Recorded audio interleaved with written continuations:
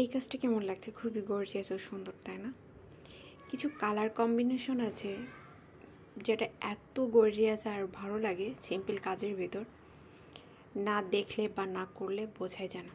সেই সব কাজের ভিতরে এই কাজটা একটা। কালারটা এত ভালো লাগছে কি বলবো। আর সেলাইটা খুবই সহজ। এই ধরনের সেলাইয়ের জন্য আমি নিয়েছি ভয়েল সুতা বা লাচ্ছি সুতা।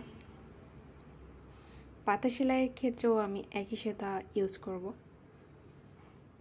এবং খুবই অল্প সময়ে সেলাই করা যায়, কোনো ঝামেলা ছাড়া সেলাই।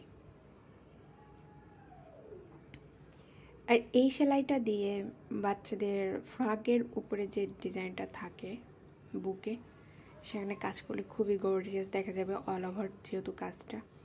তাছাড়াও বড়দের কামিজের গলায় করা যায়, অল বডিতেও করা যায়, অন্যও করা যায়, খুবই গর্জিয়াস লাগবে।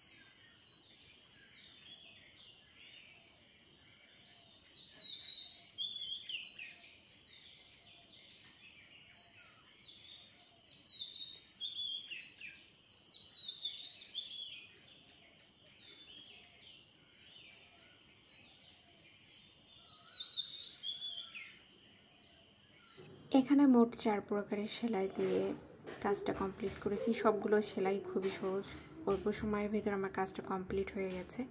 আর সেলাই সম্পর্কিত কোনো প্রশ্ন থাকলে অবশ্যই আমাকে কমেন্টে জানাতে পারেন, আমি চেষ্টা করব সেলাইয়ের সম্পর্কিত অ্যান্সার করার জন্য।